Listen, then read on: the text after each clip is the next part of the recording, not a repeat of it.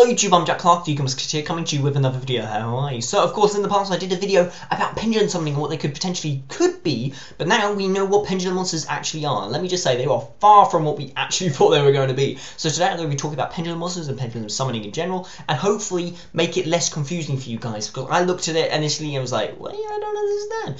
So hopefully I'm going to try and make it a bit more simpler for you guys, but in addition to that, there are a couple of other OCG rule changes that are going to be debuting in the starter deck 2014 alongside these pendulum monsters, and I just want to run those by you because they're quite interesting. And of course, as much as these are OCG rule changes, they will most likely make their way over the TCG, so we look towards the OCG for the TCG's future, just so we keep a good mind and make sure that we are prepared at all times. Yes. So the first major OCG rule change is the fact that the person who goes first in a duel no longer starts off with their normal draw. No.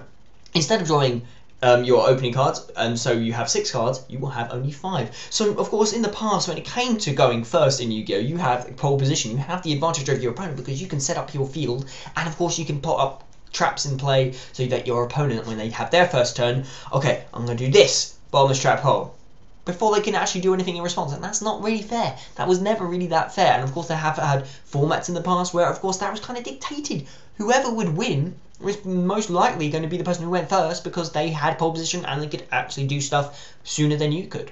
But now that's not necessarily the case. Now you actually have something to want to go second with. You have an extra card over your opponent. So maybe you don't want to disrupt your opponent. Maybe you don't need to have your field set up. Maybe your opponent isn't able to stop your setup, so to speak. Maybe that extra card is the one card that will earn you the win. And I say earn because you could be running Exodia. Maybe that extra card over your opponent is that more important than being able to set up the field. So this looks interesting, and of course if there's an actual benefit now to going first and then second. So actually it means that maybe some more variety in dueling.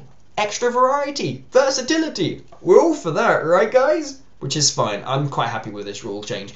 In addition, next rule change is that both players can now control a field spell card at the same time, which I was kind of initially, I was like, no, Gravekeeper is now going to be bane of my existence. Don't know what kind of accent that is. I do apologize if it was yours. But yes, it now means that, of course, we can't use a field spell to destroy another field spell currently on the field.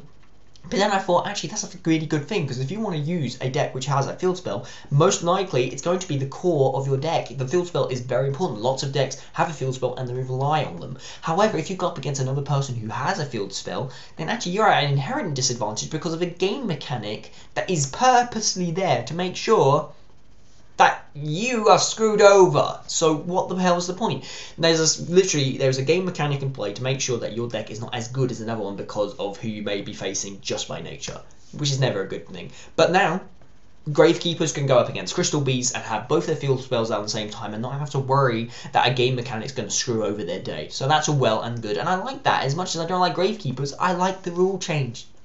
In addition to that, we have another little change, which is not a rule change, so to speak, but now monster effects, and just effects in general, are going to be numbered. So that means you can tell the difference between one effect and the other, because they'll literally be numbered. They'll be separated by a giant big-ass number in the text, which I really like, and it makes it much more clear. So problem-solving text, more problems have been solved with this change. Now, of course, if you want to see these cards in full detail, and the cards that are going to be affected in this way, then there will be links in the description down below, so you can go check those out for yourself. But now we're going to be talking about pendulum monsters and pendulum summoning.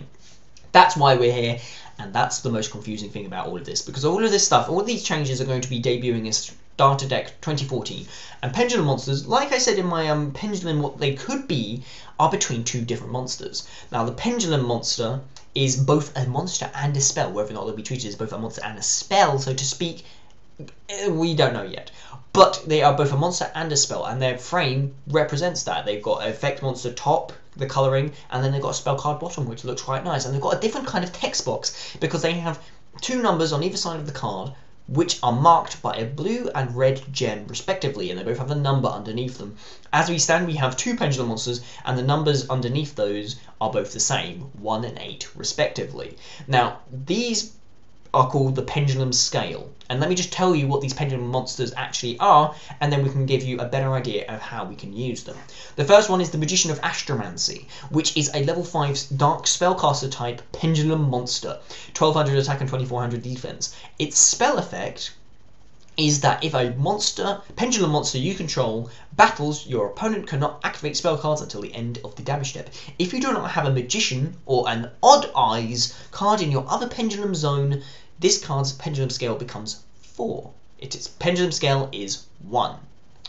It has a monster effect as well, which is once per turn, when exactly one pendulum monster you control is returned to your hand by your opponent's card effect, you can special summon a monster with the same name as the returned monster from your hand.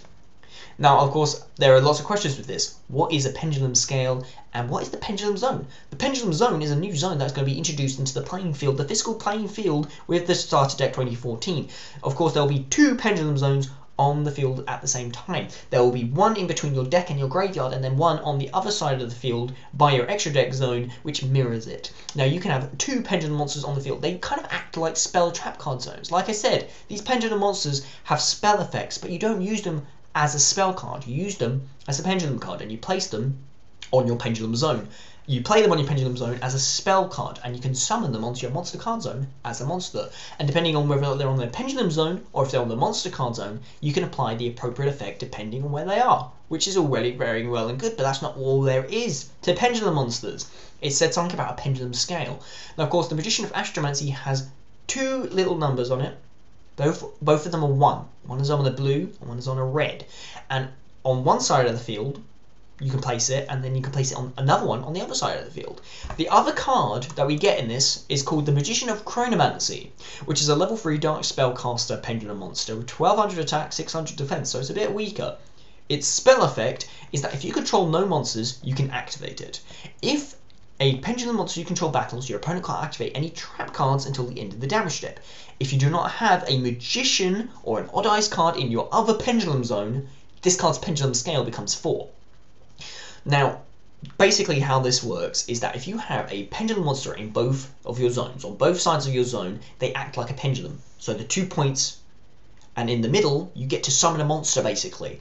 So if you've got an 8, which is the Magician of Chronomancy, it's got a pendulum scale of 8, and you've got the Magician of Astromancy, which has got a pendulum scale of 1, you can summon a monster whose level is in between 1 and 8. So you can summon a monster from level 2 to level 7 from your hand, and that is called a pendulum summon. There are cards that you can just summon any monster you want, which is great. And then introduced with this starter deck is a monster which has an effect that when this card is pendulum summoned, you get to basically compulsory evacuation device a card on the field, which is nice. So basically, you have a monster in your hand. You have both your Magician of Chronomancy and your Magician of Astromancy on both your pendulum zones. You can once per turn summon as many monsters from your hand between those 2 levels. Now, it may seem quite a lot because you get to summon as many monsters all at once.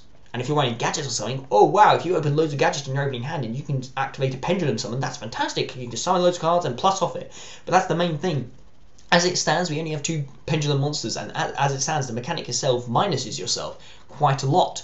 But of course, there's another part of pendulum summoning where if a pendulum card, if a pendulum monster is destroyed, it goes face up into your extra deck, and that card can be pendulum summoned from the extra deck whilst face up, just as you would the monsters from your hand. So it's quite interesting. It's odd, and as it stands, they're not very good. But then again, we started off Xyzes with Gachi Gachi, Grenosaurus, and Utopia, and quickly they started not being used. Well, apart from Gachi, that's always been an amazing card. But these 2 cards are now going to be heralding new ways of playing Yu-Gi-Oh! And of course, it'll be very interesting to see, because like, Jeff Jones did a video on this as well, in which he was saying, why don't you summon a gorilla and a bear at the same time if you've got like a pendulum scale in between them of 8? Who knows? Who knows? And I don't even know. We'll see. But that's pretty much it, guys. If you have any questions about pendulum summoning, or what do you think about pendulum summoning, and of course the new rule changes that are going to be happening in the OCG, then do say so in the comments down below, and I will get back to you. And this is quite interesting. Yu-Gi-Oh's changing, and we need to be the ones to adapt and change and do the thing. So, of course, links to these cards will be in the description down below, in addition to some other rule changes, if there are any. I'm going to try and update it as much as I can if it is appropriate. That's pretty much it, guys. I'm Jack Clark. You can continue more videos coming out to you soon, but until then, goodbye.